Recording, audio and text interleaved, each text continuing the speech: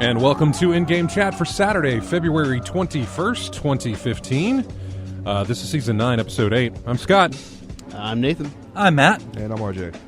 And welcome to the show. No James this week, and no Dennis. Dennis was this close. Dennis was this close to being here. He had a flat. And I don't think he had a flat on the way over.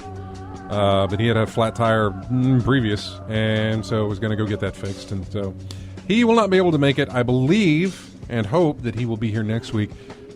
I can't tell you a thing about James. I have no idea. Every week, it's pretty much maybe next week. That's pretty much what it's come down to. So I do not know. I can tell you this. He's not voluntarily staying away. It's just that his other job is keeping him away. So that's the only situation. None of us get paid to do this. That's probably easy to see. But yeah, none of us get paid for this. Nobody, with the exception of pretty much myself, has a requirement to be here. Since I work at this same building, and if we were not here, there would be nothing on. I don't know. When I have to answer the phones, it's kind of a requirement. Yeah. Well, it would no. It is. You're not answering the phones today. I know. So it doesn't matter. I have to. Yeah. But the thing is that if I'm not here or make arrangements when I'm not here, then you guys can't get in the building. And there's no show. So the point of it being is that none of us get paid to do this. And so when there is another conflict, be it family, be it a flat tire, be it work from the day job stuff, you got to go where that's needed. So we'll see if James is going to be back next week. I know he's been working on stuff for the show as far as doing some different stuff with the stream and everything else. So we hope he will be back next week, if not very, very, very soon. However, it is all of us, and we are here, and we are so glad that you are here as well.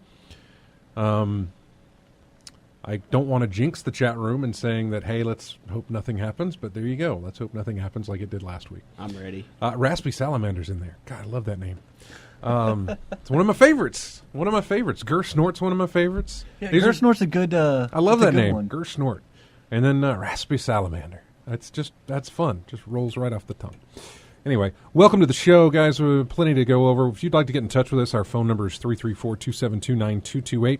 That is 334-272-9228. We are an FCC-regulated radio station, so please watch the language. If you're just calling to be 5 years old and hear yourself say "but" on the radio, or worse, one of the words that you can't say on the radio, it will get dumped and will not get out over the air. So you will have accomplished nothing. So just keep that in mind. And then all you really ever do is just make it so we don't answer phones anymore. Yeah, well, the only thing you accomplish is getting banned. Well, there's that too. Well, you can't ban them from the phone. They can always call in. Okay. We'll know their voice. Yes, that is true. But yeah, so just keep that in mind if you do plan to call. Check out ingamechat.net for all the links to get in touch with us. You can find us on Twitter at ingamechat. You can find us over on Facebook, same name there. You can email us, everyone at ingamechat.net. And we are on Twitch right now. Head over to twitch.tv. Type in-game chat in the search engine. You will find us. You can join the chat room live while we broadcast. So thanks, everybody, for joining us on the radio. Thanks for everybody joining us on the streams. We had a massive not power failure. We had a massive internet outage this past week on Thursday. Yeah, I was listening to the radio and I heard that. Yeah. And so I don't know if our stream from the station is back up. I know that we're streaming on Twitch, but I don't know if people go to the radio station's website and listen live there. I don't know if that's back up or not. But if it is, thanks for listening to us there and on the radio as well. So we should probably get down to business and talk about what we've played. Nate, I'm going to leave you and me last. That's a good idea. And when I do go to us, we'll hit the evolved moments, and then we'll talk about the game over the week, as it were. But let's start with Matt this week. What have you played, sir? Majora's Mask. Nice. Were you able to get a 3DS? Were you able to get a... Did you want? Yes, I did actually, because my I have like one of the original 3DSs. Yeah. And the right trigger button or bumper, whatever, it went out. But I was able to get one of the new ones, not the limited Super Zelda whatever edition. Right, no, that's fine. But you got a new one of the new 3DS. Because from what I understand, those have been very hard to get. They are, and man, it's a lot bigger than my other one. So that's actually kind of nice. Yeah. Where did you get yours at? Target. Okay. They actually had did one they with that. have... Oh, you brought it. I brought it. All right. So Hand it over. yeah. I'd like to see this thing. This was at I PAX need it. South, and I did not do a thing with it. I think I need to charge it. It looks like the battery light's flashing. Really, Oh, well. it is. It says new Nintendo 3DS Yep. XL. It does have two on the back. Instead of just the one bumper for left and right, it also yeah. has Z1 and Z2. I knew So- it was going to add these things. I knew what it Yeah, was that's going to kind add. of nice. And also the C-stick as well. Is that metal now? Um, Why does that feel like metal? I guess it's probably just plastic. But I'm going to open it up. Do you sure. mind? Yeah, no, go ahead. There we go. So how much did that run you? That was 200. 200 even? Okay. I thought there were two thumbsticks. Yeah. Is it this little nub thing over That here? little nub That's thing. the nub thing. Huh? Yeah, and it works great in the Zelda game. That's actually your camera It control. reminded me of the old school PCs. Remember the little... The Oh, little yeah, nub with in the the middle laptops? between Yeah. the G and the H. Yep. Yeah. the little eraser. Yeah. I used to think because there's a big red rubber thing. Blue one. I was like, no, that's a little eraser. They work pretty good. They did. They worked fairly well. Yeah. So, it's pretty nice. The screen's a lot bigger than my original 3DS. Yeah. This. I've seen people with a 3DS XL, and I've never said, "Hey, can I see that?" I just knew it was a bigger version of what I had, and I don't know. I just don't do 3DSs, but this is actually. It's kind of nice. It's- It has the... It's slowly working its way to making me want one, but I Yeah. have to say no. It has a better, processor in it, so it's a little faster processor. And it also has the near-field communication and Amiibo Right. support. So That goes. Is it right there? it actually goes on the screen. Or is it on the? Oh, so it's on the screen. Okay. That's what instructions say. All right. Wow. That is. It also has the eye tracking for your 3D, is what it said. It said it had smart eye tracking where it looks at your eyes from the camera. And so as you turn your head, it sort of adjusts the 3D to your perspective, is what it said. All right. So I'm like, all right. Very cool. Did you have that last week? You had a 3DS with you last week, didn't you? No, I got this Monday. Okay. I thought you had a 3DS with you last I week. did. It's Yeah. my old broken, Yeah. my other one. All right. How have you been enjoying Majora's Mask? I enjoy it. Never got to play it really when it first came out. Although I did have it on the GameCube as part of the Zelda collection, but I never really played it there either. Maybe just a little bit. And I really like it. I know it's an older game. But I think it came out in 2000. Yeah. I think. So a 15-year-old game, but I like it. The town of Termina feels like it's an actual town with people doing things. They have schedules and. Is there any? I'm not sure how to word this. Is there any sort of that you played when it was originally out, Majora's Mask, or is Just this your briefly, first time? this is Yeah. like I'm actually really I kind of consider this my first time. Like I said, I didn't play it very much at all Yeah. when it first came out. I've watched Dennis play it actually more than anything. I'm trying to think of something if a game that I really enjoyed and to put it in the Zelda sense, Wind Waker is really the only Zelda game that I've ever played. I have dipped my toe in some of the others, but I just didn't catch you. I jumped headlong into Wind Waker I love and got Wind so close Waker. to the end of it. So it's the one that stuck with me, and so I was really glad that they did the remaster for the Wii U. Yeah.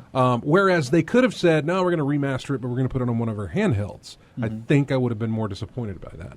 Oh, really? I just don't play my handhelds, man. Okay. And I understand that games need to be there for you to play the product, to play the machine. Mm-hmm. But, I mean, I'm getting free games out the years on my Vita. Yeah. I'm still not playing it unless I take a trip, unless I go to one of these gaming things and take a vacation. That's about the only time that I touch my handhelds. And so I wish Nintendo would do something more like Sony with the classic lines on the PlayStation Network, where I could play, like on my PS3, I could play the original PS1 games either on my PS3 or I could have them on my Vita. Mm-hmm. And so I could play them in both aspects. So if I want to, if I'm at the house and I just really want to go back into Final Fantasy VII, I could do it right there, on my big TV. But yet if I'm on the road, like you say, then I could have it like portable.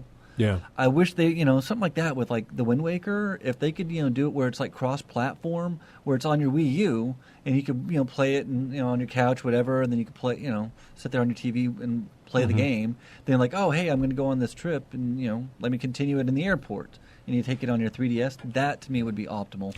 Okay. That would satisfy myself. That would satisfy me. Because that way you have the to chance to do it both ways. Oh, no, I would love for any of the games that I've got to be able to... hey, let me play this now on my handheld system while I leave or go somewhere so I can continue. Or if I could just Chromecast my 3DS onto my TV. Plenty of options there. Is that all you've been playing? Anything else? I installed Insurgency. Okay, Did good. you play it, or did you just install it? I installed it. Okay. I'm halfway there. I'm in the same boat, man. It's been installed for like 3 weeks. I haven't touched it yet.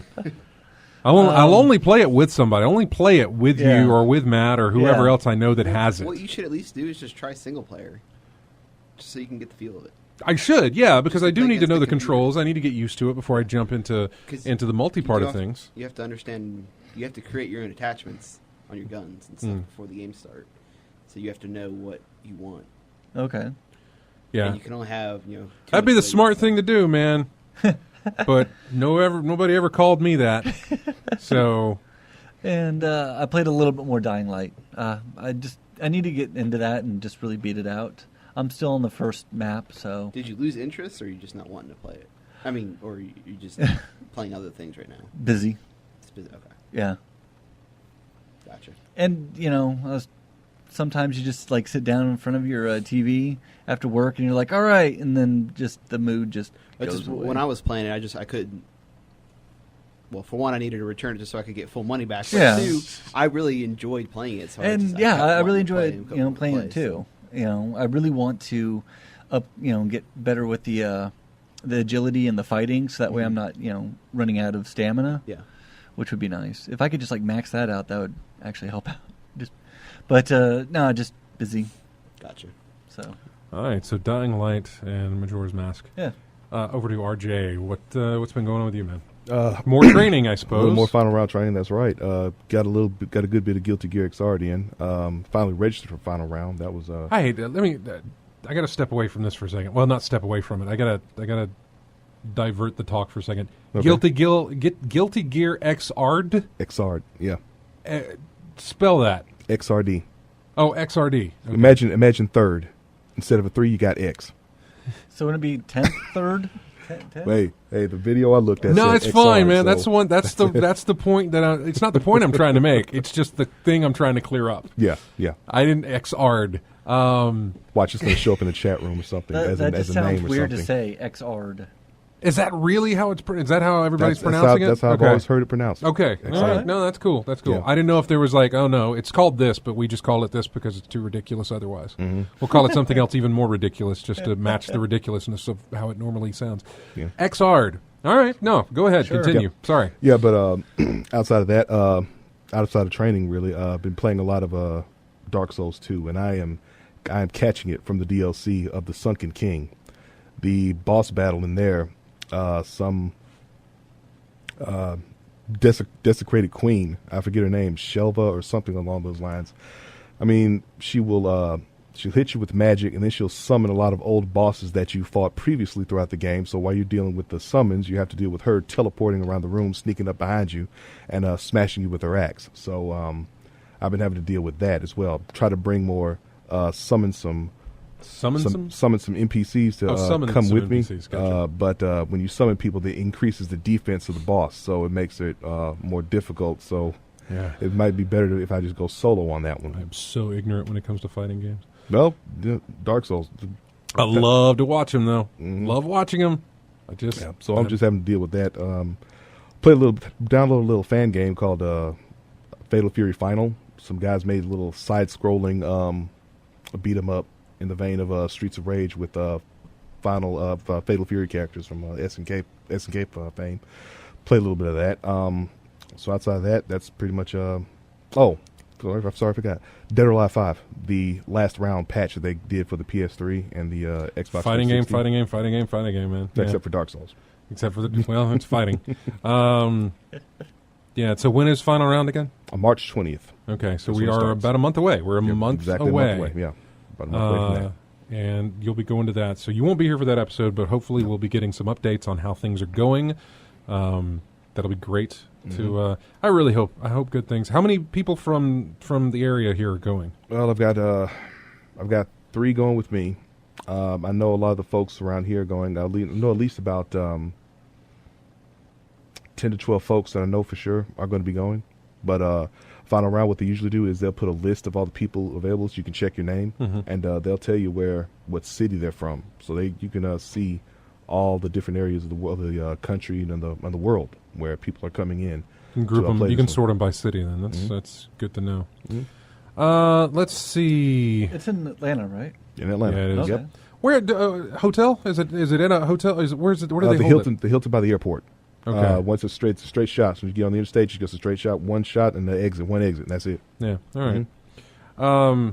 Well, good luck with that. Is there anything that you're looking forward to playing, or is it just? Do you have like a strict regime of like I got to put in this amount? How do you train for this? Yep, you just play. You just play with folks, and you do go to training mode, practice your special moves, make sure you get a feel for it, make sure you get used to it. Like that's great that you could. But I understand. You know, in my mind, I had a picture of RJ being like in the original Fight Out, like just like running in his like little like a hoodie and everything. Punch like, Out? Punch yeah. out. Yeah. What did I say? Fight out. Oh said no, Fight Punch Out. Out. Yeah. Yeah, just like him Punch training Out. that way. Yeah. No, just muscle memory and practice, like doing your special moves consistently. Like try to do them 10 in a row. No, and without that's dropping it. I Yeah, can things like get that you can do that in Yeah. practice mode because in practice mode, doesn't your opponent not fight back? It's just you. You can set it to where it stands still, or you set it to like a certain level. The computer right. just controls I think. it. How are you training towards defense? I guess. Playing other folks really Yeah. that way, because I do that at the tavern, GT South Tavern. I play there with some folks. We always get together certain days of the week and we start playing each other, so that's another way of doing that. So at home I got a regimen, and then going out playing with folks I got another regimen, playing with them, see how well I can do. Yeah, Pick I've up never, some tips, tricks while I'm I've out there. never been involved like that. I want to. Mm-hmm. Fighting games ain't going to be it, but I really want to be. I want to have something like that where it's like I need to train as far as the game's concerned, where I have to just keep playing to get better and better and better at it so that I can compete. I think on some level Dennis does this with Binding of Isaac, where he just plays because you have to. But I think I don't think Binding of Isaac is randomly generated, isn't it? Yeah, so there's no muscle memory or not muscle map memory. Yeah. Well, somewhat. Even though it's randomly generated, you know how each map works. And you have to play it.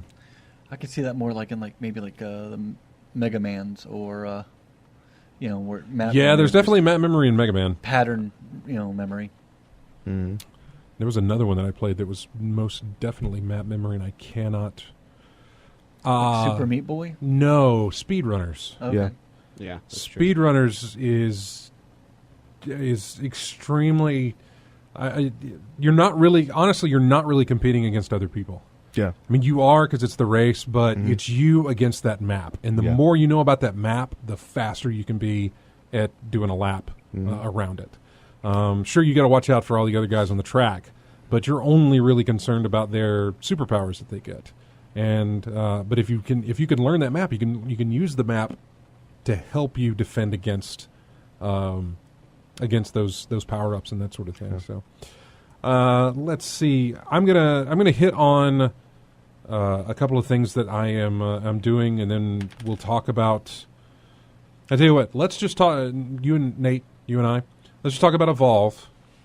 We'll go to break, and then we'll come back and we're going to talk about the order. Okay. And we'll do that for the next segment. But yeah, so I played Evolve. Outside of the order, that's all I played this week was Evolve. We got into the, what's it called, the excursion map? No. The evacuation. Evacuation. Yes. That's what it is. Evacuation map. So, right, as STM Fuller asked, so is Evolve over with? It sort of feels that way, but I don't think it is. I really don't think it's over with. I think that I will continue to play it. Yeah, I haven't gotten my fill of it yet. But again, I do need to jump in there when there's nobody else playing, just so that I can get used to playing by myself, or not necessarily get used to that, but plus you really need to try the monsters. I don't want to play the monsters. You really need to try it. I don't it's want to fun. play it. This is done by the guys that did Left 4 Dead, right? Yeah, Turtle Rock Yeah. Studios. Are people still playing Left 4 Dead? Yeah. You think the Evolve was going to have that kind of staying power? Where No, you can't compare them. One has mods, one doesn't. Okay. It's going to have mods, though, isn't it? They said they're open to it. Right, yeah. A game that has mods has a minimum. To me, I would say generally has a minimum of a 10-year lifespan at a minimum. Yeah. Because mods can make a game last forever. I mean, heck, Doom last forever. Yeah, so because of all the mods. Yeah.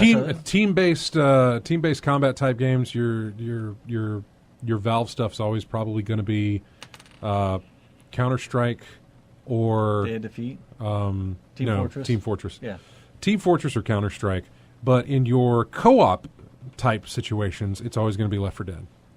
Or Left 4 Dead 2 when you've got co-op. I mean, you could somewhat say co-op would be Team Fortress 2 when you're all on the same team, but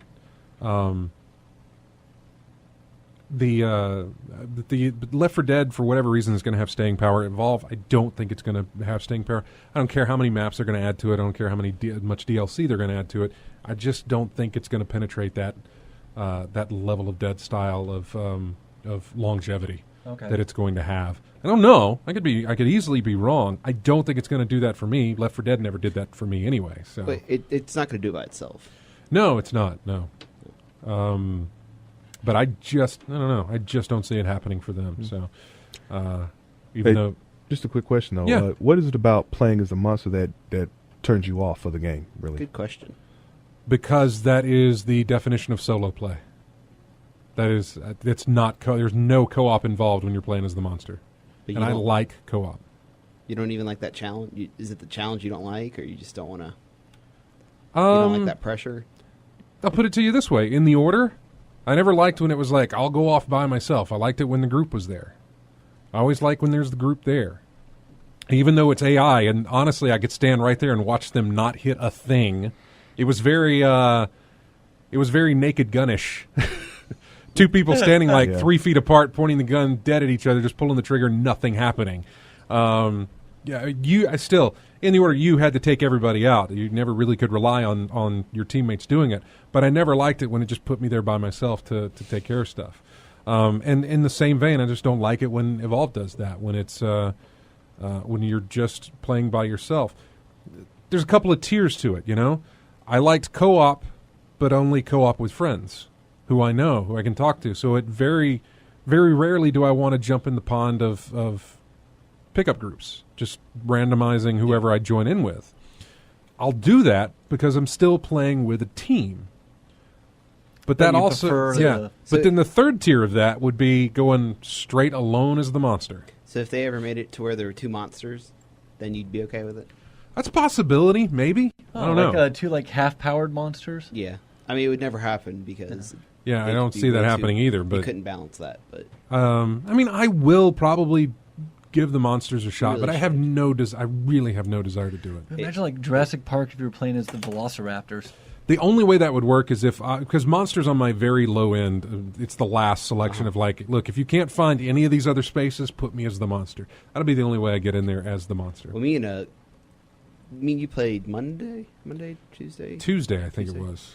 I think Wednesday or Thursday, me and Gersnor played. And we were playing as a group, and for whatever reason, it kicked us into a server, and it made me the monster. He was one of the other guys, and then I had to be the monster, which was super unfair because as soon as we joined in, I was already in a bubble at like a quarter of the health, and I was just sitting there. And sorry about that. And Matt's obviously bored. No, it's all right. And so it was completely unfair just because and I was playing the Wraith, so you know how weak they are already, and I don't know what the heck the computer was doing. Yeah. But it was interesting that it put me in as a monster, even though me and him were in a group together, which never happened with me. Going back to my completely off topic, I just saw AC Wraith's comment in the chat room. Going back to my, hey, I wish there was a game where I could just play and get good at it. That's called pinball. Yeah, I should. Not that I totally forgot about pinball, but yeah, I guess I've never really thought of it in a competition style sport. I'm thinking more along video games, and I know there is pinball video games, but I've never actually been to a physical pinball tournament before. That'd be actually kind of cool. Yeah, it would be kind of cool. Anyway, so that's my thing with Evolve. It's just that's why you really won't see me playing the monster. I just don't want to do it. But I did have fun playing the evacuation mode that we did. Going through the different maps, even though we lost a ton. Told you the computer's hard. Yeah, we did play against the computer on that, didn't we? I'd love. We should go back and play against AI, or not AI, but play against another player on that, just so I can kind of see if there is a difference, or if we'll still get Although it's only hard when the stupid thing picks the Wraith. I think so hard. We did win the final round. Final two. Yeah. No, we lost the first one. Lost the second one. We lost the second one. We won the third one. Anytime it gave us eggs, we were good. Yep. So when it would give us the eggs to destroy, we were good. That was the third one. The fourth one we lost again, and then the fifth one we won. And you're right. It's a great way to level up. It's a fantastic way to level up. I thought about jumping into some of that this morning, and instead I got busy hacking my Wii, I guess is what it's called. Hacking your Wii.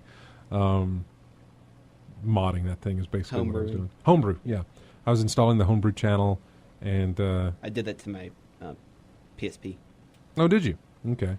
I used to do that to my PSP back in the day, too. Yeah, well, I'm doing it on the Wii now because I have this huge project in mind of really just making that a huge game database of old games that I can hook up and play. And that's the other project that I guess I've been working on. But yeah, so there's Evolve. I'll play it again some more, probably between now and the next show. I don't know. Hopefully more, maybe. Yeah, I know, right? Well, I told this too, where I was like, yeah, it's gonna, finally I get a weekend where I can play it, late at night. But then the order's coming out, and I really figured I'd be putting my time into that. Lo and behold, it's going back to the store today after the show. Because we're done with it. So maybe some tonight after I get done editing the footage and stuff. Maybe do some more Evolve tonight. We'll see. When we come back, we are going to talk about the order.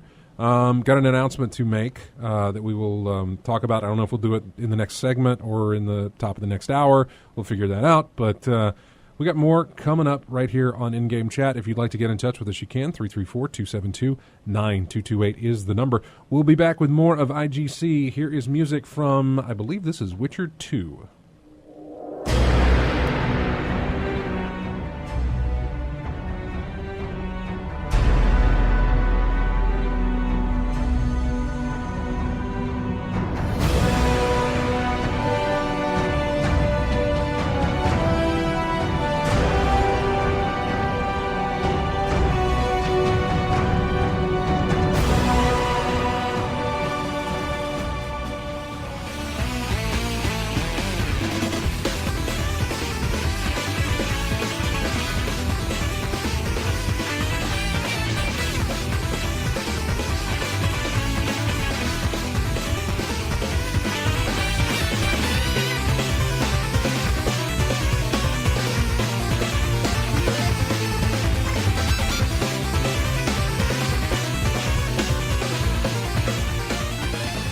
And welcome back to In-Game Chat. Music there from Scott Pilgrim. Welcome back to the show. Yeah, we were talking about Evolve, and we will eventually stop talking about Evolve. It doesn't have lasting power either, as far as I'm the sure conversation. everyone's going to eventually stop talking about it. Yeah, it doesn't have lasting power either, as far as that's concerned. But yeah, I was reading the chat room there. I'd asked Duke Frukum if he had played The Order, and I still can't tell if he has or not. But yeah, so we're going to talk about The Order and let you know kind of what we thought. We could probably make this spoiler-free, don't you think? Do we care? Or we could do people a favor. I know, really. So Depends how you want to go with it. Yeah, my guess is that I don't think it matters. I think one of the biggest concerns I had about The Order was I was hearing a lot about the length. Yeah, there was a thing about the length. Look, oddly enough, we talked about length last week, I believe it was. We talked about how length doesn't matter as long as you get your money's worth. It's up to you. Yeah. You know? Subjective. It is, very much. Completely. So it's up to the player to decide if the value is there for the length, for the money they spent, for the length of the amount of time of game they got from it. Mm-hmm. And we won't give any spoilers, though. We won't, but I don't see where any spoilers would even come into play. Yeah, I agree. So you're probably thinking that we're going to bash this thing, and I'm not really going to bash. I think it's gotten its bashing. Yeah. From plenty of reviews out there, so you probably have an idea. The game already probably has this cloud over it of negativity. So let me start giving you the positives. It's probably one of the best looking games on the PS4 that I've seen. I think it edges out Infamous.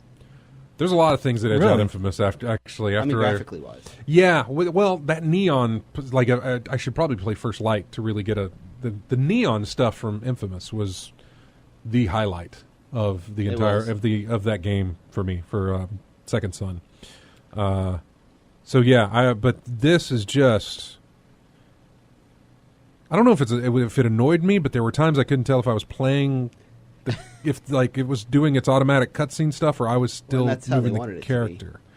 Yeah, they said that's how they wanted it to be.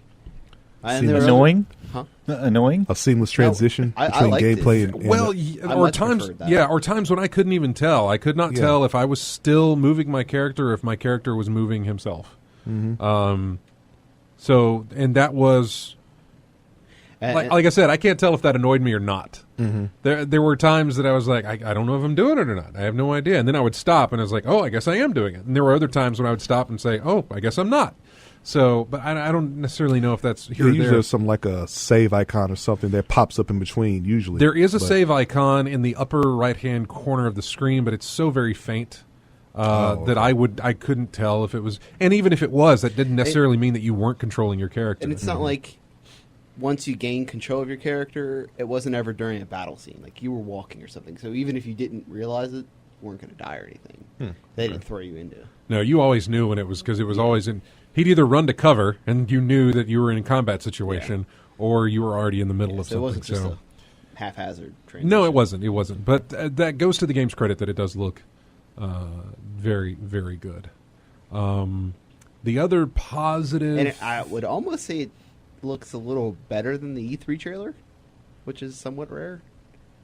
I'd have to go back and watch that E3 you should trailer. Watch it. It looks a little better, which is somewhat rare. I'm not sure. Well, I will say this, is that I didn't feel there was a downgrade between then and now. Yeah. So what I felt like I was playing is exactly what I felt that they were showing me.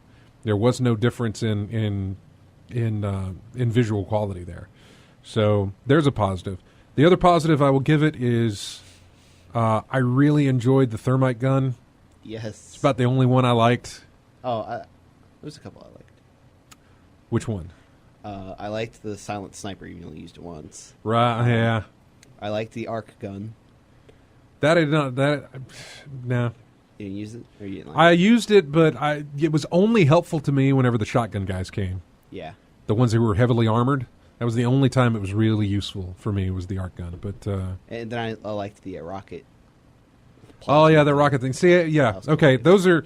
The rocket weapon and the silent sniper rifle were only weapons that you picked up during a certain segment of the game. Correct, yeah. So I didn't really count those in. Of course, if I had a rocket the entire time, I'd be using the whole... Oh, my God. Especially because it came with unlimited ammo. Really? My favorite gun, though, was the... because it puts you in a segment. You have to... Yeah. Was the Enfield. The 6-shot. semi-automatic. That was the one I rifle. used the most if I could not find the That was thermite. That was obviously. my favorite rifle. Yeah. So yeah, there's my list of positives. If you have any positives to add before we go into this, I definitely agree with the. I liked the style of guns. By the way, if you've played the order and you either agree, disagree, or have other things to say, call us. Let us know. We'd love to hear. We'd love to take in all opinions on this. What's y'all's opinion on the stealth section of the game? We'll get to those. Okay. You were on a thought. No, I mean, it was just with the positive.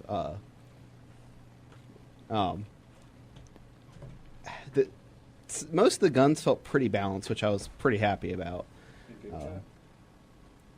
Trying to think of how I want to explain the gun system. It was slightly disappointing. Like he said, that once you got a cool gun, you didn't always like with the silent sniper rifle. I would have always used that, but you only got to use it the one time on the one scene.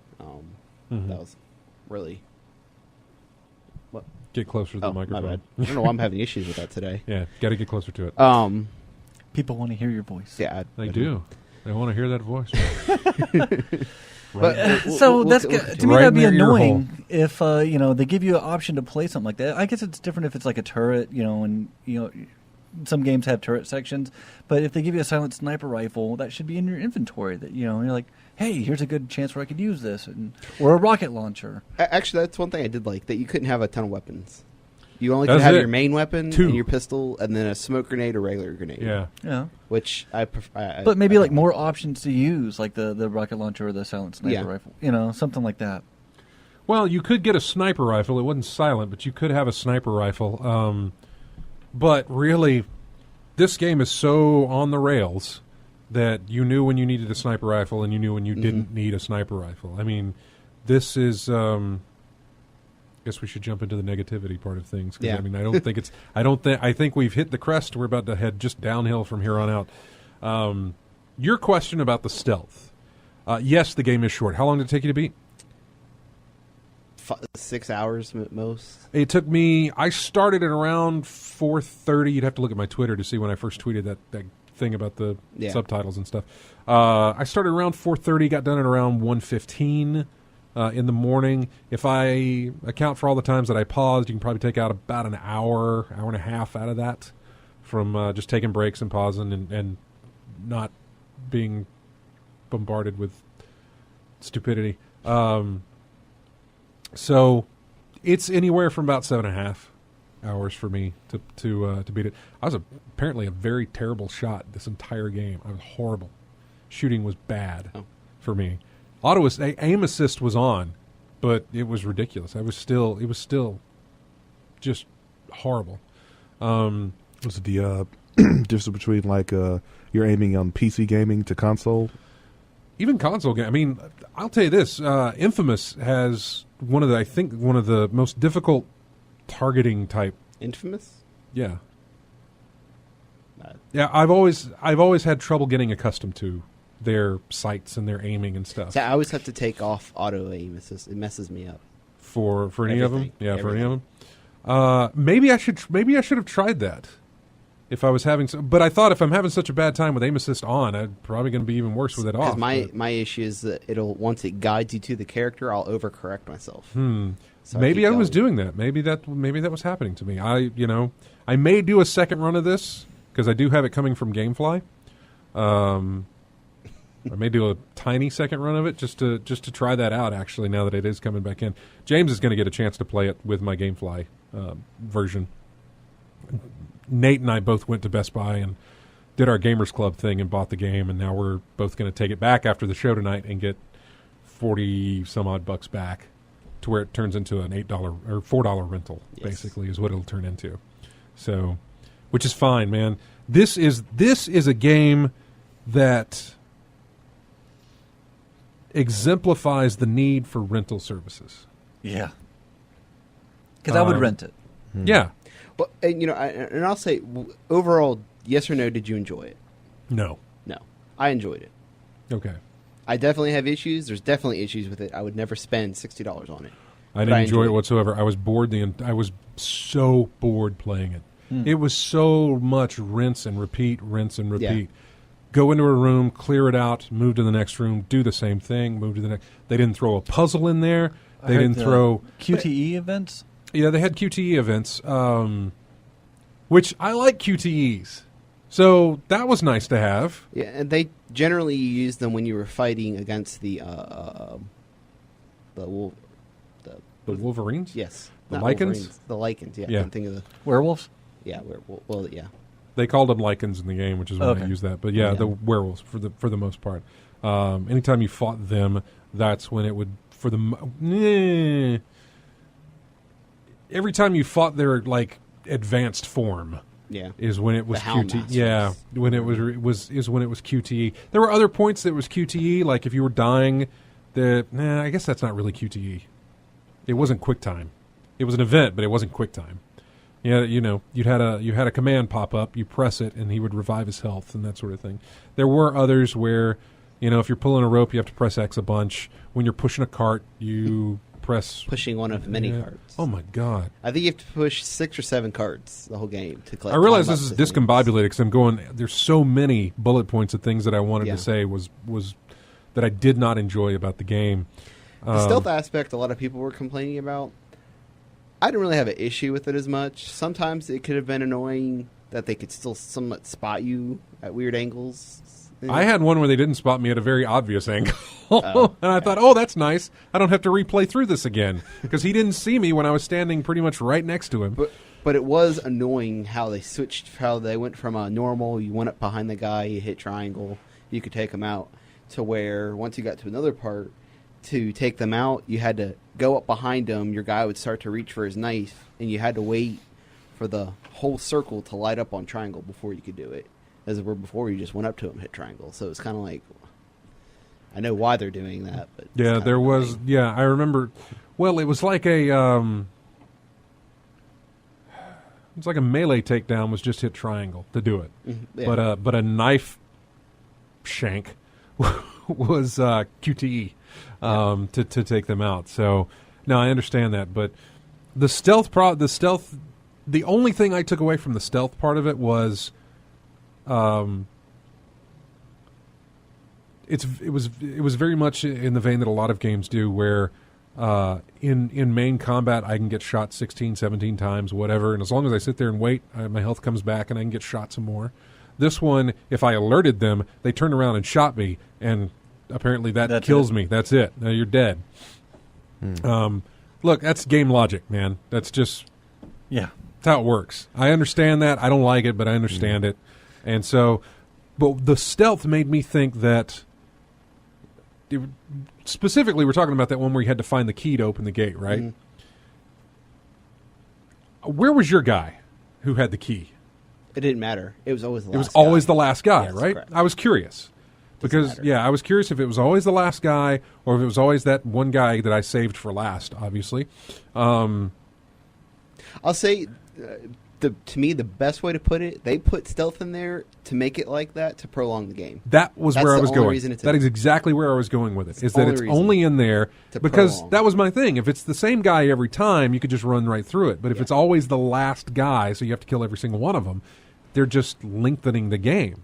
And that is exactly what that situation felt like to me. Which wouldn't be a big deal if the game Except- wasn't already so short. Right. Now, But I thought it was ridiculous. I have a cross. Could you You could use the crossbow. Okay. I did not use the cross. I knifed every single one of those guys. I knifed 2 guys and then would shoot the rest with the crossbow. As Yeah. a hint for you guys Yeah. to make that part easier. Use the crossbow, please. It's I a knifed every. one-shot. You'll get a trophy out of doing the knifing thing. You don't have to knife every one of them, but once you get the trophy, go ahead and whip out the crossbow. I And think you'll have start to do going. to 25 people. Yeah, something like that. Yeah. What was your question?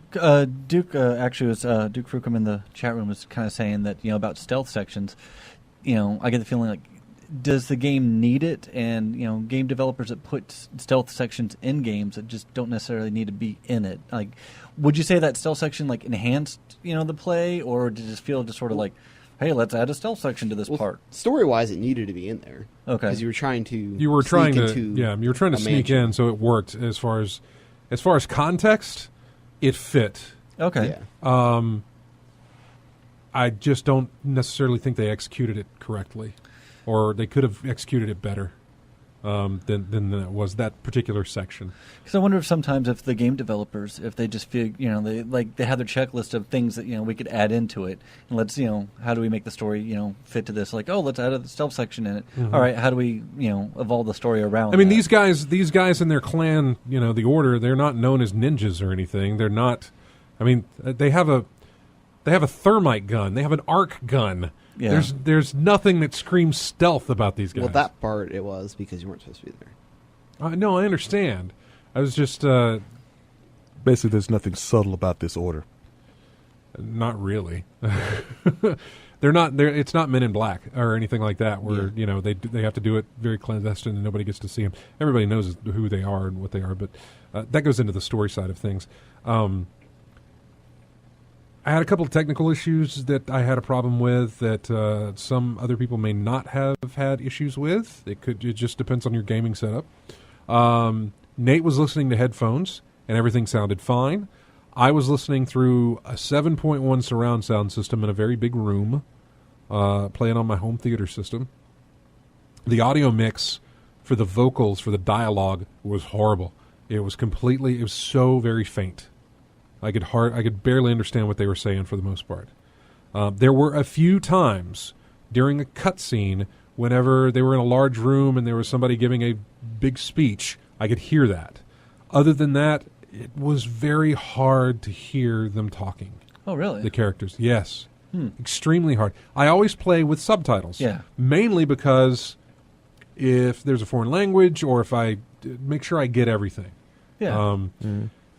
Sometimes like background chatter or something like that. Well, like the game starts with you being underwater. Mm-hmm. And if I didn't have the subtitles on, I'm not necessarily sure that they would throw subtitles. Did you play with the subtitles on, Nate? Yeah, I always do. Okay. I'm not sure that without subtitles those pop up, but I could hear I could read what they were saying, even though what I heard was very, very mumbled, something you could not decipher unless you had subtitles or they just put it on the screen for you during that segment. But okay. Here's the problem with the subtitles. I play on my screen is like 75 inches. It's huge. The subtitles are so tiny. So tiny. I sit about 12 to 15 feet away from the TV. The subtitles are abysmal. They were pointless. They were so very tiny to read. Make it sound like the time when I played Condemned 2. Mm-hmm. When I first played the game, I had a picture tube CRT screen before I even bought a flat screen high def TV, and trying to read the subtitles on Condemned on a older TV was next to nearly impossible. I had to scooch up close to the TV to see what was going on. And in a game like Condemned, where you've got to pick multiple choice of what you're looking at or what you're hearing or what you're seeing, those subtitles are crucial. So, how important are these subtitles other than understanding the story of what's going on? Anything vital other than that? There were times I think, again, I play with subtitles on, so I don't know. There were times that some of the characters spoke in a different language. Yeah. French. I feel like, was that even the resistance, the rebellions? Was that French? I don't think they ever spoke French. Okay. Well, they did speak a different language. Yeah. The two females. Yeah. Yeah, they were Indian. Yeah, but again, playing it with subtitles always turned on. I do not know if they would have automatically just put up subtitles when somebody spoke in a different language. So I'm not sure. I honestly don't think anything was significant. There was never any instruction given to you through that, or if it was, your objective would always pop at the top of the screen of what you need to do. A character would never tell you, I need you to go down the hallway, take a left, to go right, and then unlock that door, or whatever the case may be. If that was the case, your objective would be open the door at the end of whatever hallway, and there would only be one way to go. So there was never any time, there was nothing that was essential to you getting through a level that relied on their dialogue or a subtitle. It was essential for you to understand the story. And again, due to the boredom of just gameplay, the reason I played this straight through was because I was afraid if I stopped, I was not going to play it again.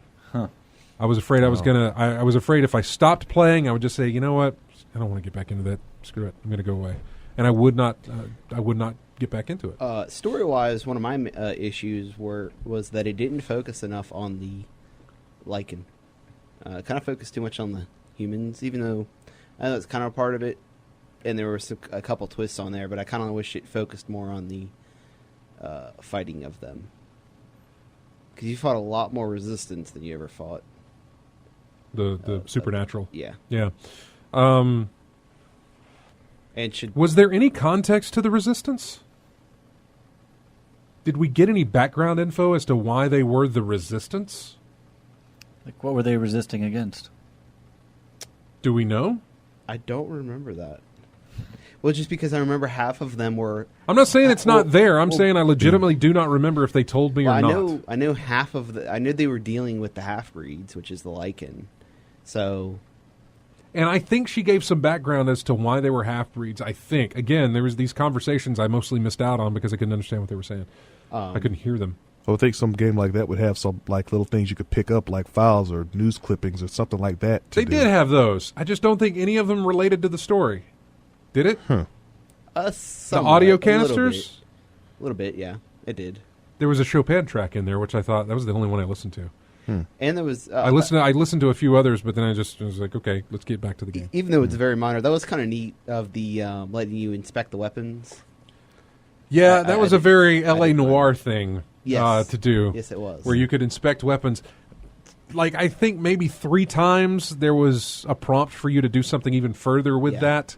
But for the most part, you would just pick up an item, just like Cole does, and just move his hand around. And move it around and look around it. That was pretty much, that's all you could do with it. And it was more just a showcase of the weapon art styling, which was somewhat... Yeah, but I mean, I remember picking up a flask.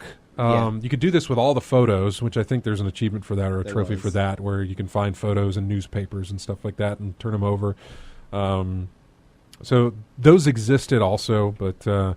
So I had problems with the dialogue, the audio mix. I had problems with the subtitles, obviously. I will say, the issues he had. I was playing on my. You TV did not have. Is a 39-inch. Subtitles. It was fine on my. I could see him just fine. Let me make this point clear. If I was sitting in front of a computer monitor like you would play a PC game, I think subtitles would be fine. But for whatever reason, just the distance between sitting as far back from my TV as I do, and apparently as big as my TV is, the subtitles were just too tiny. And another thing I was going to bring about with the story as well, the piece of information you do find out that someone's hiding. I don't want to give that part out just because it's somewhat surprising. They did not include the surprising fact at all, really. Like, it could have been another entity that you could have been fighting in the game, and they didn't even. Right. There was the two people who were. Yeah. Okay. I don't want to explain, but it's just that they included something, but didn't really ever include it. Yeah. It's kind of like, oh, hey, here's part of a story that could be really cool, but it's not going to be in the game. Yeah. One person you dealt with, the other person, you didn't deal with. Sounds like a DLC setup. I don't think it is, man. I think it's definitely. Have they mentioned anything about DLC? No. DLC. They said they weren't doing DLC. I don't think there's going to be. Is. They've led it up to there's a second game. That's for sure. At the end of the game, you stayed for the prologue. Uh-huh. Yeah, there's definitely. I mean, I don't know if it happens or not, but they've left it open to where. So. Yeah, the which it could be included then. Yeah, here's another. I forgot one of my positives. Was the fact that when I bought this game and opened it up, it had one piece of paper in it. That was it. There was an ad for Bloodborne on one side and Until Dawn on the other. There was no Sony Music Network subscription free thing. There was no PSN trial slip thing. There was no. There was nothing else. It was just the game and one sheet of paper. That was it. No DLC stuff that you had to enter in to get a special weapon. That's all that came with the game. I was actually that was kind of a relief, actually, to open that up and just be like, oh, it can be simple then. Mm-hmm. You can make something simple and not have all this crap that comes with it. Yeah. But yeah, I'm not knocking it for its length. I'm really not. Because, again, somebody else could play this and I love the setting. I love the setting of this. They make references, Tesla is a part of this. I'm not exactly sure why. Jack the Ripper is part of this. Whitechapel, which honestly, when I went to London, the first thing I did was go to Whitechapel. Yeah, same here. Kind of disappointing now, but it was. Like here in this parking garage is where one of the bodies was found. You're like, yeah, exactly. Oh, okay. We can't actually go to the spot because they built over it. But anyway, here's the thing. Oh, that's London for you. That was the first thing I did when I got to London after I screwed up and slept in the afternoon and threw my body clock all kinds of awkward. So I went to Whitechapel at like 11 p.m. that night or something because I was wide awake and I knew that was the one place I wanted to go. I have to do this before I leave, so I went to Whitechapel. So yeah, they had all of that in there, and so I loved the setting. I loved that whole atmosphere of it, but God, it's just really bad. The gameplay was not enough to hold me. There were no puzzles. I really probably could have used some puzzles. There were QT events. There were too many times where the player wasn't playing the game. A lot of people say QTEs are that. Put those aside.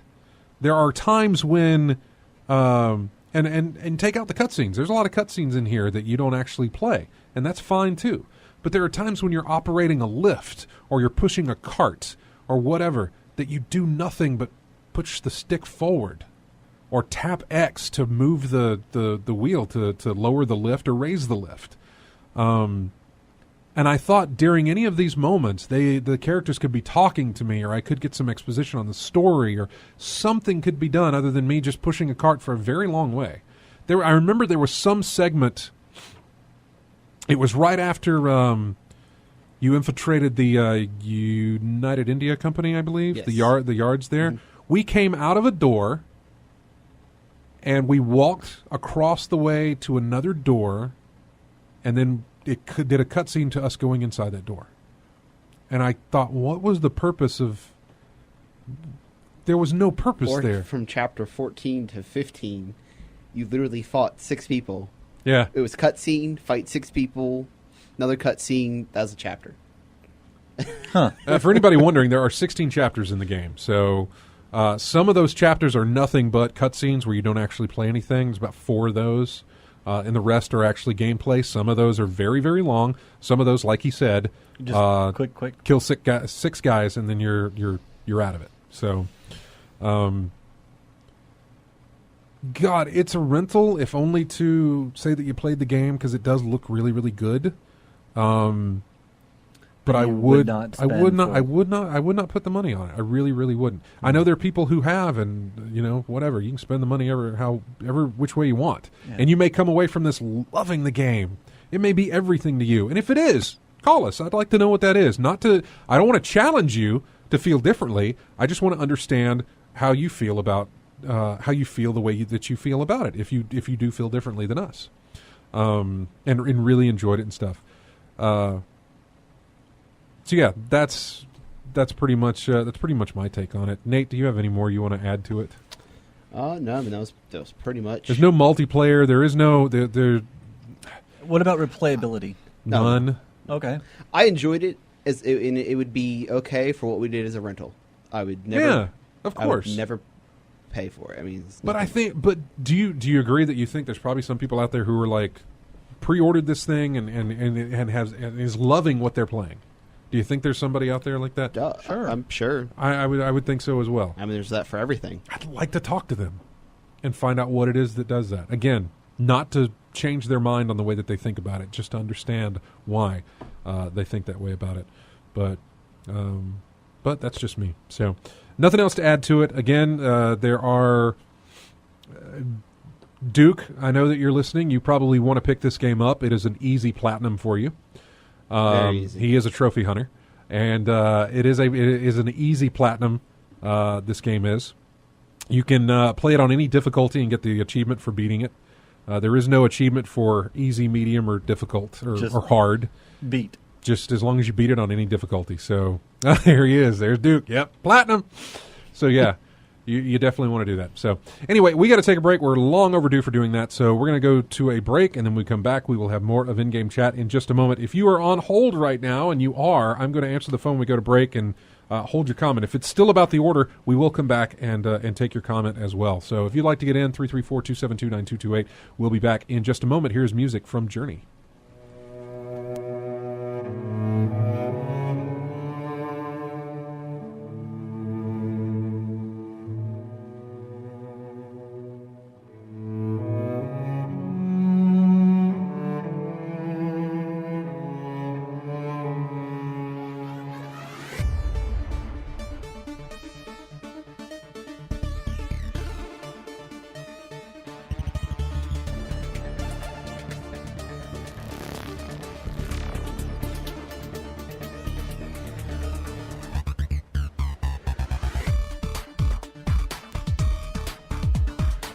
One of my favorite tracks from one of my favorite games that's getting a sequel very, very soon. This is a game you can really get good at, too. This is from N+. And they have a sequel, N++, due out, I'm not sure, I want probably this year sometime for PlayStation Network. Okay. So, looking forward to that. Anybody try Resogun, the new one? The expansion, the DLC, whatever that is? No. Resogun Defenders, maybe, I think is what that's called. Oh, really? I can't remember, but it's out. I don't know if it's free or not. It might be free. So, anyway, welcome back to the show, and we are going to go to the phone lines right now and talk to Bax, who waited very, very patiently while we were talking to the order. First off, thanks for calling, and thank you also for waiting and being patient. What's up, man? Yeah, no problem. Yeah, so it's just talking about the DLC and the fact that a lot of games, they make you... What's up, nigga? Gangsta rap, nigga. And there we go. I don't know what that was, but we dumped it, and it's fine. It's done.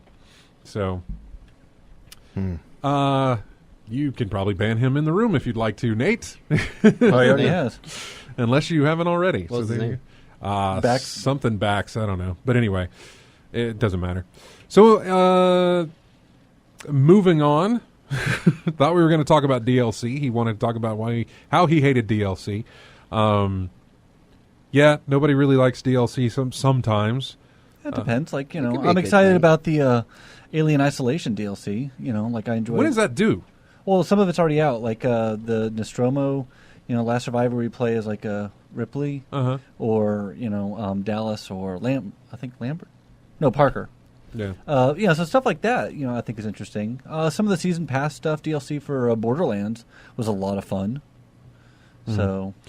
The DLC for Evolve, when we talked about this, I really had no problem with it. The fact that they're giving you free maps that doesn't split the community is a fantastic thing that's in a multiplayer game. Anytime they do something like that. All the DLC that they have available for it right now is, for the most part, cosmetic, and that's not a problem for me. I'm okay with that. But moving on to what were some of the things that took place this week? I don't know. I guess I was mainly reading up on all the order reviews that started hitting in the week.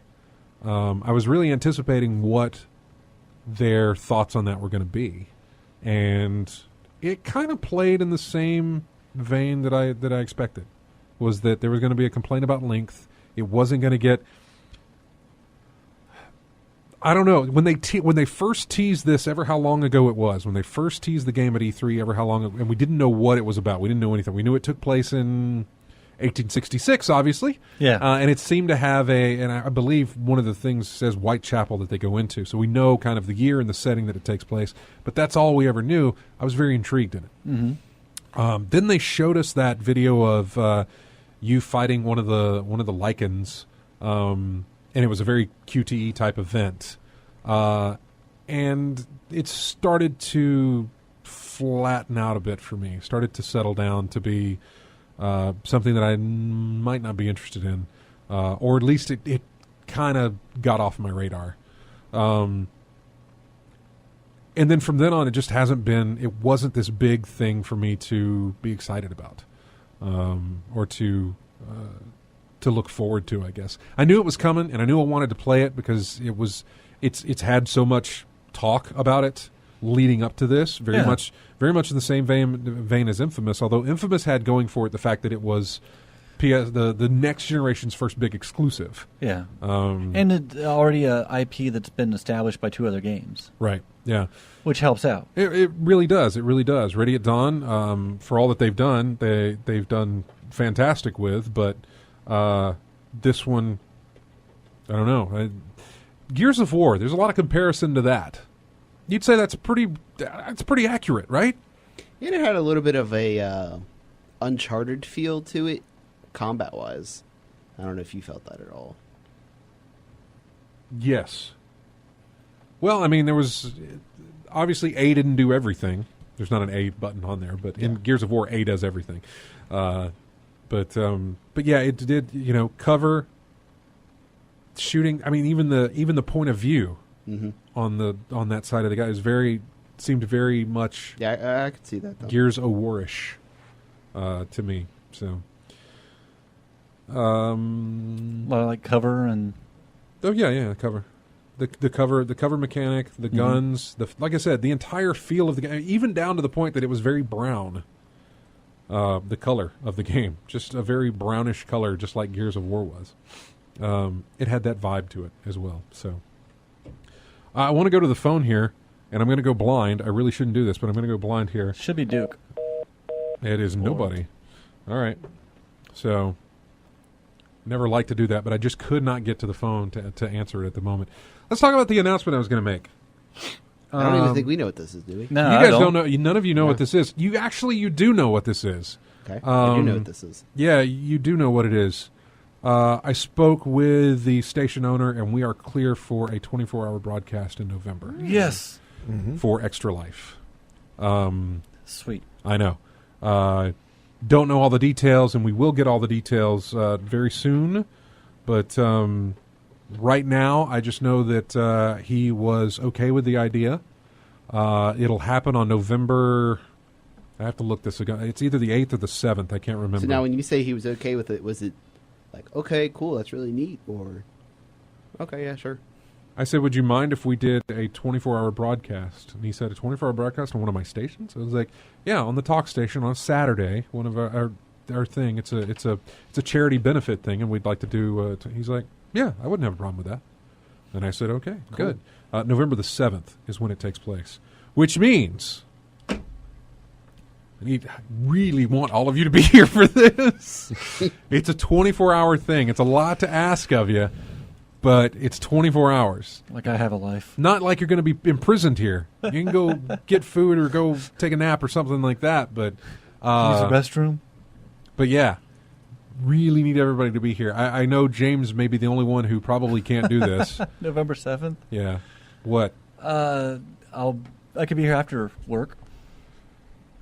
You got to work all day that day or something? Just during the daytime. Well, you have a job. Yeah. You can't ask for time off? Maybe. I figure I gave you enough advance notice that you might get put in to have that well, day. with it being a drill weekend. Oh, is it? Okay, never Yeah. mind. I didn't know if But I didn't that's know just something special from there. 3 to... I mean, not 3. Wow, that'd be crazy in the morning. Yeah. Get off at 3-ish, so... Yeah, okay, well, there you go. So we're going to do this for Extra Life, November the 7th. At 8 a.m. is when we will start, and we will be done Sunday morning, the 8th, at 8 a.m. Sweet. I'm going to... Pajama party. Right, we're going to, obviously I need there he is, Leopold. Leopold Kane is in there. I have not... Leopold, I don't necessarily check our Twitch messages so much. So if you will shoot us an email... That's the best way to do that. Everyone at ingamechat.net, just shoot us an email and we'll get it. That's the best way to do that.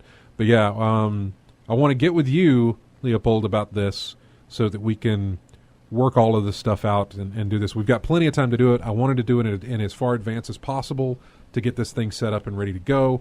So this will be something special. As far as I know, there's never been a 24-hour broadcast out of this station. Obviously, our stations are on 24 hours, but one broadcast for 24 hours I don't think has ever happened before. And that'll be something fun. We'll figure out we'll plan it all out as to how it's going to go. We've got to. There's no way we can wing a 24-hour broadcast, but we'll plan it all out on how it's going to go. We'll have TVs in here, and we'll have multiple streams going on of some games and stuff for people to play. So you can watch other things while you listen to us talk, or we'll have game music going on. We'll have interviews that we're going to have all through the day. So it's going to be a lot of fun, and we hope you'll join us. That is November the 7th at 8 a.m. is when we'll kick off a 24-hour broadcast of in-game chat right here on this radio station. So there's the big announcement. There's the announcement I wanted to get out. Let's try the phones again, and hopefully they're on the phone. Who is this? It's Duke Frucom. Hey, man. Thanks for calling. No problem. Hey, I figured I'd fill in the DLC topic since the first call I want to talk about DLC and how much he hates it. I hate DLC too. All right, why is that? And well, I just learned recently how DLC actually gets, I guess, created or pitched, and it's not even by the developer. You know, when a developer says there's going to be DLC, unless it's held back content, like in the case of Destiny or something, the developer has no idea what the DLC is going to be. It's typically pushed by the publisher, you know, for X amount of money, and then the only people that really know what the DLC is going to be is some marketing guy who, you know, who's pitched 12 months of content to the publisher and developer, and there's some loose description of what it's going to be, and then, you know, just get me something, give me a description of it, and I'll try to raise the money to make it happen. And I think that's pretty true across the board, unless somebody in the chat room wants to, you know, link to some article that proves me wrong, but I think that's basically what DLC is. And we as gamers, when we see season pass trailers, we see, you know, give us your $30 for a season pass for extra content that's coming out soon. We have no idea what it's going to be. We're just hoping that it's going to be some kind of element to either the core gameplay, or sometimes it's map packs, like in the case of Call of Duty. But I mean, I'm pretty bitter about it recently because I shelled out. I was going to say, what flipped your switch? Well, not that you were ever for it, but what kind of, you know, what was the straw that broke the camel's back type situation? Well, I shelled out $90 for the Borderlands pre-sequel, and that included the $60 for the main game, and then an extra $30 for the season pass. And I just assumed that the content was going to be, you know, greater than or equal to the expansions of Borderlands 2, which I felt were fantastic. I thought that, and I bought that after the fact. I didn't buy the Borderlands. Right, so you were coming from something where you thought, man, look how great it was in this one. It's going to be, you know. Yeah, the Tiny Tina adventure was. Let me get on the ground floor here for this one. Tiny Tina was the best DLC I've ever purchased. Yes, it was amazing. It was like it was done by. Well, I know it was done by the same guys, but it was almost like the full team paid attention to the story and, you know, the maps and the content that was inside there, and it came out so good. And just flipped it on its head to make it just even awesomer. Yeah. See, I haven't done any of the pre-sequel DLCs. You know, I didn't get that. So far, the only pre-sequel DLC I think that's been released is you can play Lady Hammerlock, I think. Yes, yeah. Which is Hammerlock's wife, sister, some relative or something like that. That's the only one I've noticed so far. Just that. I mean, personally, I kind of felt that pre-sequel felt like just an expansion, or, you know, it was like a half step, you know, which I guess it's supposed to be in a way. So that's why I was like on the fence about the DLC to begin with. I was like, oh, this doesn't feel like a full game. It feels like just a, you know, half game of Yeah, I agree. I think we were kind of, when Borderlands 2 came out, that blew us the step between the first game and the second game at light years. You know, yes. The first game was a great building block, and then they just did everything from the humor to the characters. Yeah, they turned it to 11 on the second. Yeah, and then I guess we hoped that we would see that kind of, you know, evolution to the third game. I mean, Gearbox has got a lot to prove now because, you know, after the travesty of the Alien Marines game, Colonial Marines, you know, and then all the rumors about Matt knows you're paying. Well, did you get into any of that? I bought Colonial Marines for $5 on one of the Steam sales. I still have not played it yet. But yeah, well, Matt pre-ordered that game. Well, I can see why. It looked. I mean, the premise sounds amazing. Demo, yeah. Yes, everything looked incredible. And we found out after the fact what they actually did. They didn't. Yeah, they sold. They third party, you know, outsourced it to another group. They butchered everything from the I mean, even the engine, like the lighting, everything changed from the first demo that they showed. And so Gearbox lost a little credibility there. It looked like they had, use a lot of those funds to either do pre-sequel or, some of the DLC for Borderlands 2. But Borderlands 2 appeared to be their baby, and I don't know, they apparently have a couple more IPs in the pipe, so we'll see what they got a lot to prove now, and they have to make up for... There wasn't even a 4-pack option on Steam to buy the Borderlands, the pre-sequel. Yeah, which seems odd, because that's usually what they would do with the Borderlands games. Yeah, it's a 4-player co-op game. That's what you see any co-op game on Steam. Well, I guess Evolve didn't do that either, but Yeah. I mean, the games that know that they can get $60 from gamers, they're not going to. And anyway, and oddly enough, Dying Light does it. yeah, Right? And that was a great selling point. $37 for a game. Yeah. It was. I think I paid less, but yeah, no, you're fine. I think for the DLC, like I said, personally, I like the Alien. What I played of Alien Isolation, and I like being able to, Well, I was about to ask Duke. I was like, what was the obviously? I guess Tiny Tina would fall into that category. I was going to say, what's the last DLC you purchased that you got your money's worth out of? And maybe that's it. Before that, I can specifically remember two things because I was so entrenched in the story, and was the Arrival DLC for Mass Effect 2. Okay. Because I was kind of craving Mass Effect 3, and that was supposed to be like the precursor to what's going to happen. And I thought that was a pretty neat, it was pre-invasion. I don't want to spoil any of the story, but it was a good segue into the third game, and I kind of was satisfied with that. The other one was the last. It was an episode after Dead Space 3. I forget what it was called, but it was a post-story DLC that was supposed to kind of hint at a fourth Dead Space. Okay, And I I didn't thought think try of the name of it. Yeah, we're all looking at RJ for this one. Yeah. I'm trying to think of the name of it. He's going to do his research now. Separated or something like that. Or, Yeah, but they were like, $10, $15, just little episodic things that Awakened. you could play. Yeah, and it was Yeah. fun because I love those two universes so much, and that to me Okay. is how I'm going to do it from now on. If I see something that is sold, it's not packaged in a season pass and it's $10, $15, I'll Okay. do. I'll, So I'll, if it it expands upon the plot or the story of the universe, then you're not necessarily against it. yeah, I think so, and I think we need to be kind of more just aware of what the DLC is going to be, and I'm not sure we can do that with season passes. I think that's just Now, before we let you go, I want to ask you: are you ever going to get Evolve? I touted that. I played it at PAX East last year, and I said know, it was and the next I best could have thing. sworn you were telling me to get it on PC in the chat room. Yeah, I didn't get it. I got Dying Light instead, and then And I think I sent you a link about, hey, there's a place you can go get it for cheaper. it was like some Ecuadorian site where like it was in different language. I didn't know if I was buying something or if I was signing my life away to somebody. I couldn't read any of the text on that website. Yeah, it works. I can tell you that much. It works. All right, well, Brazil likes our money. Yeah, it was Brazil. It was a Brazilian website. it was Portuguese is what it was. But yeah, so but still, are you ever going to get it? Yeah, I'm gonna get it. Okay, Yeah. good. Because I don't think you got it, and I don't think Drew Track Zero. I don't think he picked it up either. I haven't seen him playing it, and that was a good little group to run with. Not saying that I'd be playing it anymore if the two of you got it. It's just the sense of I just have not jumped into that game as much as I thought I would. There's something obviously about a beta, knowing that it's going to go away soon, and you also didn't pay for it, that maybe compels you to play it more than you normally would. Something I'm not sure. I can see that. Maybe. Anyway, man, we appreciate that. What have you been playing lately? Dying Light, I guess, right? Dying Light. Yeah, it's Dying Light, and then I've been going through the last. I watched you couple do of it. some multiplayer of that. Did it stream okay for you? Does it look good? We were. I'll tell you this.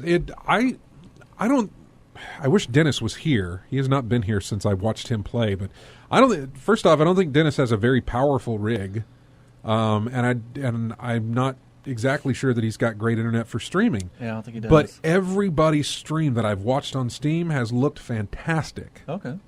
That's awesome. It has worked wonderfully.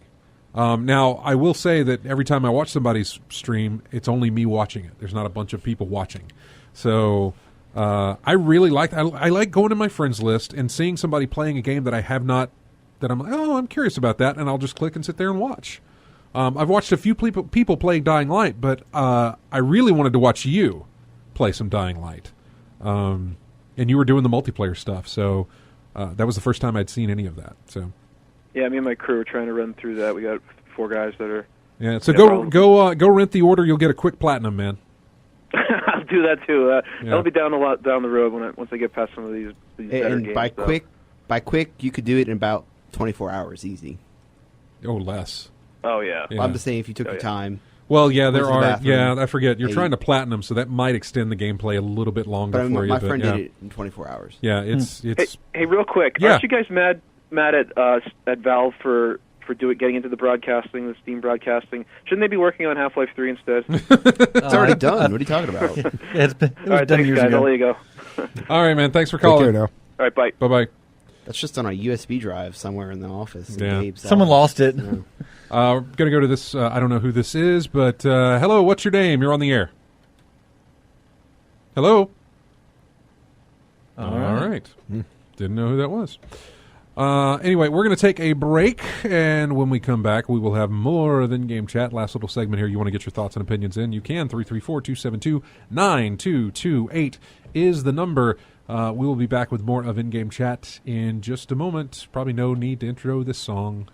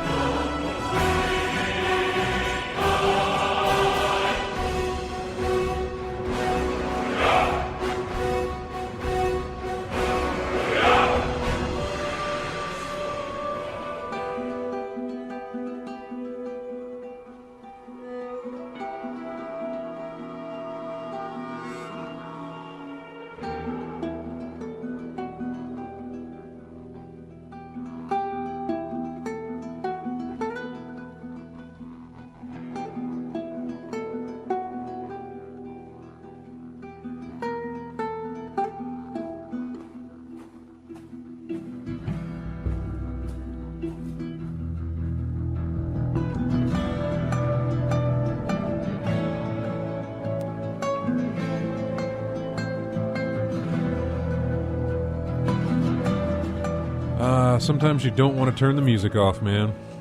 That is, in fact, it's only got like 30 seconds. I'll let it go. It's just too good. It's just really good. Did you ever watch the Its music's playing. behind the scenes of this? Of the creator of this music? I think so. Yeah, I did. Of the game or just the music? I'm just letting the music play out. Yeah, I'll be fine. This is in your car, isn't it? It will be. I have it on my iPod. Mm-hmm. Never mind. That was music from Last of Us. There's another good track coming up in the when we go out. Yeah, it's a choice between that or Battlefield 2. I'm going to skip Battlefield 2. Play that other track. It'd be good. All right. So, welcome back to the show. I forgot to mention a few things. I have a copy of Grey Goo. You guys know about that? Mm-hmm. Yeah. Yeah. I got a copy of that. I have not played it yet, but I have a copy of it that I'm going to get into. I also have... I played Hand of Fate. Is anybody familiar with what Hand of Fate is? I've heard of it. Apparently it was a Kickstarter title, I think, a Kickstarter game. Yeah, I heard the name, but it's drawn a blank. And it just released. That was new. It combines like a deck builder with like an action hack and slash. Yeah, I'm looking at it on Steam right It's now. very strange. It's very, very hard to describe. Remember Battle Chess where you'd actually play chess, but anytime you had to, If one piece was trying to take another, there'd be a battle. there would be a battle. You'd have to battle it out. So I love that game back in the day. That's actually how I learned how to play chess. I still don't know how to play chess. This was like on my Apple IIgs. And I refuse to play checkers the way you're supposed to play checkers, by the way. Oh. I know how the pieces move, but I don't know anything about the strategies of chess. Like whether it's like 7-8 steps ahead to be real effective in that game. Yeah. I'm just not good enough for me. So yeah, Hand of Fate I played, and Grey Goo I've got a copy of. Also a game called Hot Tin Roof that was one of the games I backed on Kickstarter. So I have lots of games to play that I have not gotten around to play. Tomorrow, for those of you listening live, those of you who will listen to this when we release it on Tuesday, you guys will be missing out. But tomorrow, a little edition of Silver Ball Sundays. I've got the new tables from Pinball FX 2. They are brand new, 2 new original tables for Pinball FX 2. These are not based on a comic book character. These are not based on a movie of any type or some TV show or anything else. It is all original, with one of the games being based on their game Castle Storm, and then another one I think set in West, in the Cowboys in the West type situation. I believe is where that other one's setting. So we'll be playing that tomorrow. The tables release on Tuesday. But I'll do a little preview of the tables tomorrow during Silver Ball Sunday. Now, are these real-life tables? No, that is the Pinball Arcade that you're thinking of. Okay. Pinball Arcade and Pinball FX 2 makes strictly video game I think type. I remember you telling me this before, yeah. Pinball FX 2 makes tables that don't exist in the real world. That's right, okay. Pinball Arcade digitizes tables that exist in the real world and puts them in game form, which they just released their Addams Family table. Do you have a preference? Oh, that's tough. I would have to say Pinball FX 2, if only because I can almost play any of their tables. Whereas with the Pinball Arcade, there are some tables that are not fun to play. They're real-world existing tables. And if you go far back enough into pinball history, there ain't a lot going on the table. There's not. There's a launcher and there's some bumpers, and then you got to get the flippers to knock them back into the bumpers. That's it. There's not a lot of really cool stuff going on the table. A good example of this is, and they've got these, Gorgar on the Pinball Arcade. I believe it's Gorgar. That's a very simplistic table. There's not a lot going on in that table. Whereas you have a game like the Addams Family. There's a ton going on. Star Trek, there's a ton going on. Terminator, there's a ton going on. I think there's one called like Cue Ball or something like that, or Nine Ball or something. It's based on playing pool. Very, very empty field of a pinball machine, of a pinball table. And this is something that existed in the real world. You just go far back enough, and it wasn't until technology advanced that they actually started doing some amazing things with what they could do with pinball. They had to in order to evolve and keep up with what was going on in the arcades to begin with. Yeah. The two things that helped them was the technology. I didn't mean to get off some pinball history here. Was the technology of what they could do with a table and licensing. Licensing. You put a famous movie or a big movie that's going on at the time on a pinball machine, you're going to make some money. Definitely. To cover the cost. So that was good. I'm sorry, whoever's on hold, I did not get a chance to get to you. If you want to call back, you please do, 334-272-9228. So I'm going to do that tomorrow with Pinball FX 2. I played a little bit of the Addams Family table today. That's another table that they did a Kickstarter with, and that just released.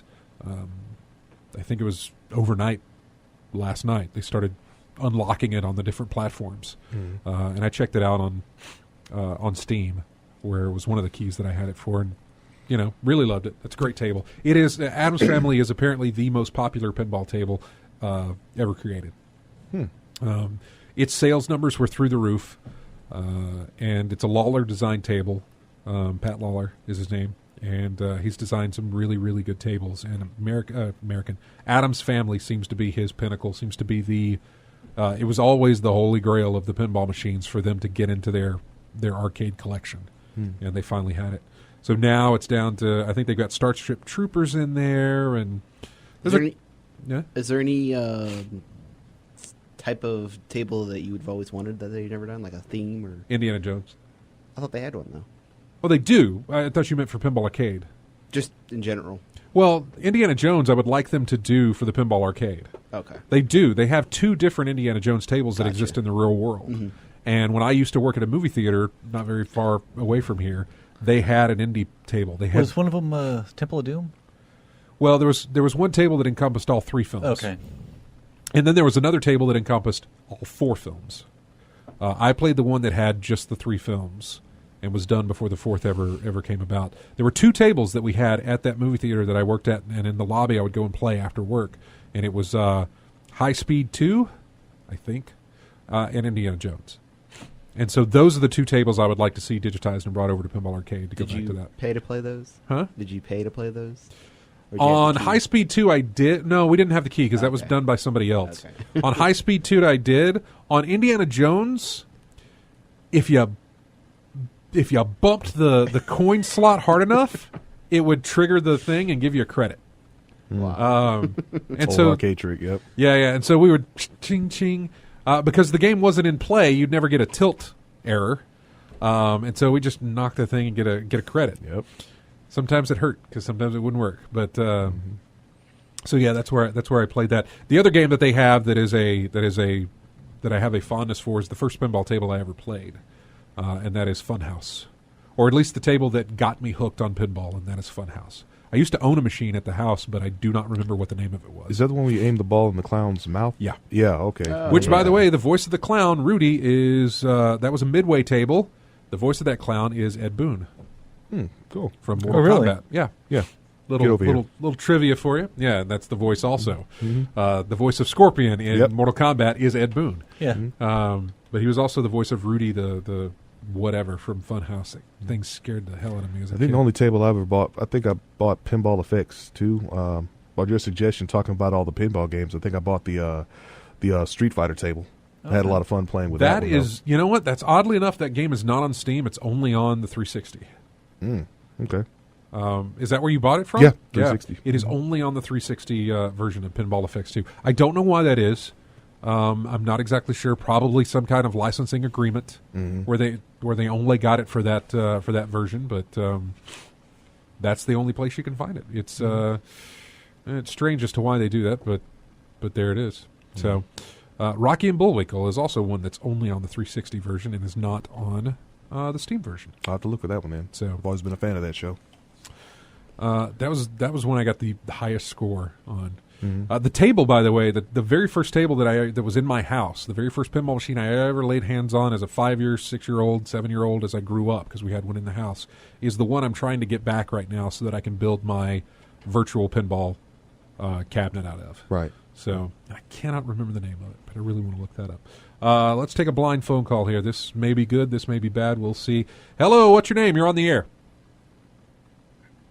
Hello, what's your name? You're on the air. Just what, man? I don't, Yeah. where's the thrill from that? Who knows? That's the last phone call we'll take tonight, so which is no big deal. Yeah, we're almost done anyways. We are almost done. Anything else? What's going on? Nothing really going on this week. I do want to get some Evolve in, but there's nothing. We were talking about the order last week, but that's it. We're done until what? Bloodborne or Hotline Miami? Hotline Miami. 2. I mean, Hotline Miami 2. Oh, you should play the first one. Yeah. Show note. Next week we've got an interview. Who's it going to be? We got It is going to be Colossal Order Games. You probably never heard of them. No, I have not. I know. They did 2 games, or at least the 2 that I remember they did was Cities in Motion and Cities in Motion 2. It was a traffic type simulator. Okay. oh Or put it this way, public transportation simulator is what it was. You didn't drive the buses or anything like that, but they would give you a city, and you would have to plan the routes of all the different public transportation systems. Says also City Skylines. You ever? That's what we're interviewing them for. Okay, cool. City Skylines was just announced about a week or two ago. Okay. Is it Or at gonna least be it like wasn't a, just announced, but the release date was air announced. traffic controller kind of a thing. No, this is looking to be what everybody wanted SimCity to be. Oh yeah. Gigantic space to work in, roads that worked. The agents of the game that disperse your electricity and your water and what your citizens need and what your citizens are doing, all this, everything that works. Everything that is broken about SimCity looks to be fixed with what they're doing with City Skylines. Oh, good. Okay. I'm a huge city building fan.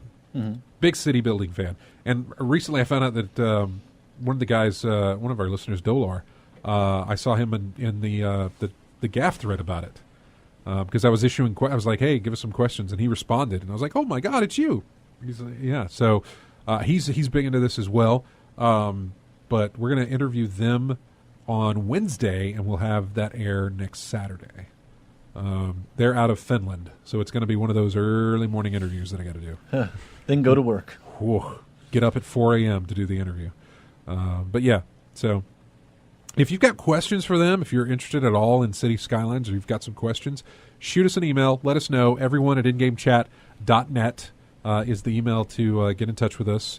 And let us know if you've got any questions you'd like me to pass along to them to find out. Dolor had some great questions, so I really, really look forward to this. I look forward to this game, honestly. Everything that it's showing off is just exactly what I wanted SimCity to do.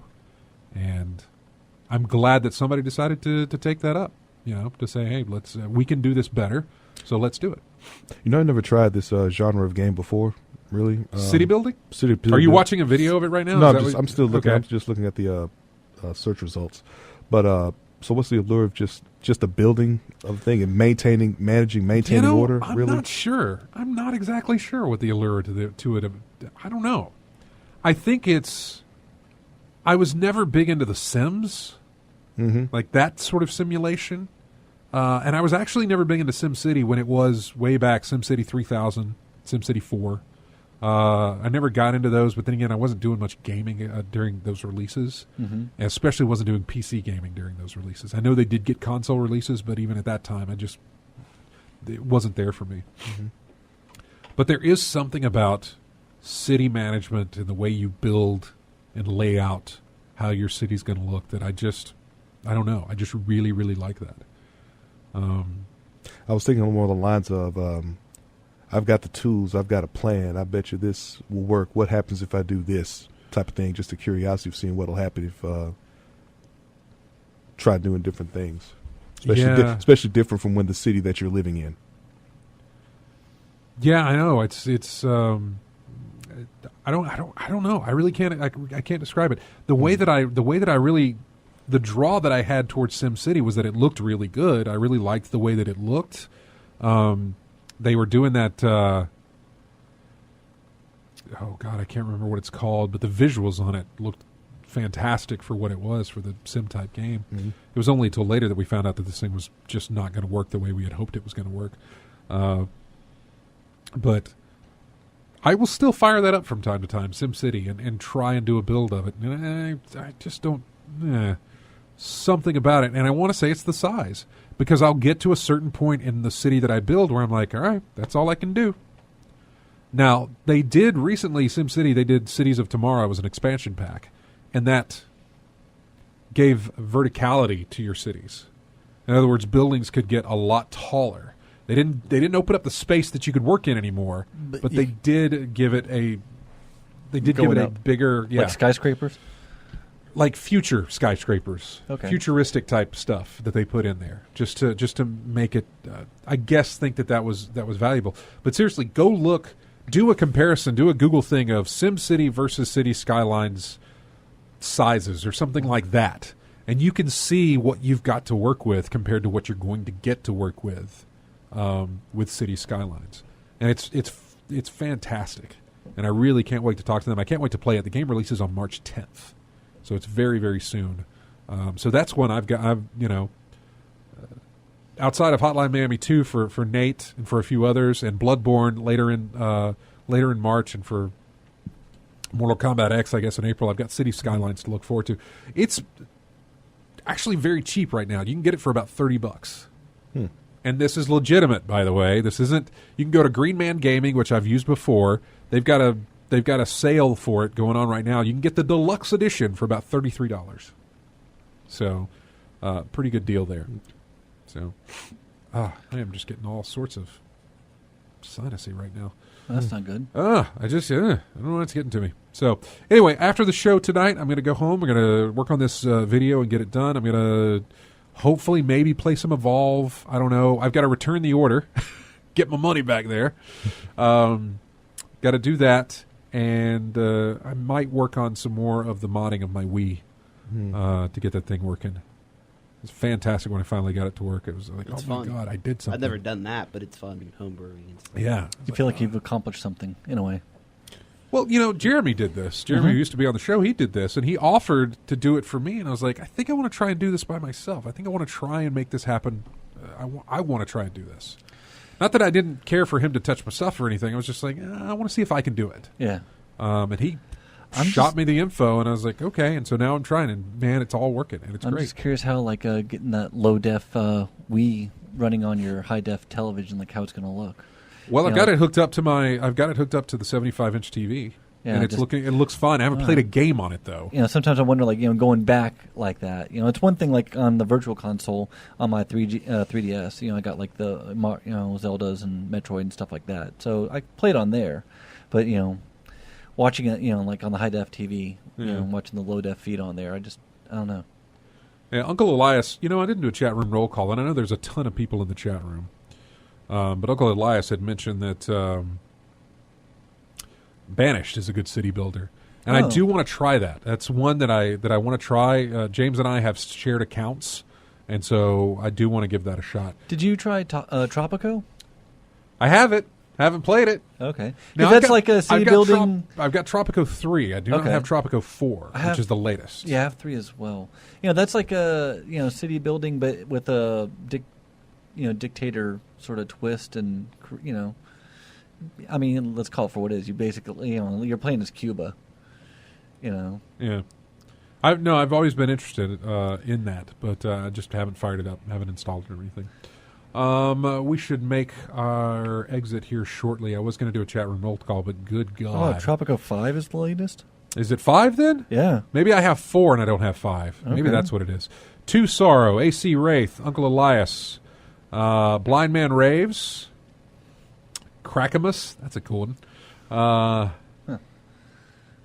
Captain Kazami, Green Bean Boy, Raspy Salamander, love that name. Jimmy the Saint, also in there. Overlord Kang, STM Fuller, Leopold Kane. Let's see. G Neptune, Arioka, Duke Frucum, Omega Star Alpha, and Multile. And it doesn't scroll any further, so I can't tell. Obviously, Lavos is in there, but I can't tell further who else is in there because it doesn't scroll anymore. But thank all of you for joining us on the chat room. We really appreciate it. Thanks for sticking around, even though the chat room gets crazy at times with some stuff going on there, but we do appreciate it. There's always Dwarf Fortress to play. I have not played that. Daniel on our show used to talk about that all the time, but I've never... Dwarf Fortress? Yeah. Or maybe I'm... Yeah, Dwarf Fortress is the one that Daniel always talked about. Okay. And Kingdom of Loathing is the one that Dennis always talks about. Yeah, Dennis talked about, yeah. So... Yeah, I did just say your name. I did a chat room roll call. So thank you for joining us in the chat room. Thank you for listening. Everybody on the stream, on the radio, wherever you guys are listening, we do appreciate it. Don't forget, November 7th, we're doing our 24-hour broadcast for Extra Life. We'll talk more about that as it approaches. Thanks to everybody who grabs us each week from iTunes or however you get our show for later use. We do really appreciate that. Head on over to ingamechat.net, and you can join us on Twitter, Facebook, our forums at colonyofgamers.com. Subscribe to our YouTube channel, and if you're on Steam, we've got a Steam group you can join up with over there and play games with us and other listeners, and also subscribe to our Twitch channel if you would, please.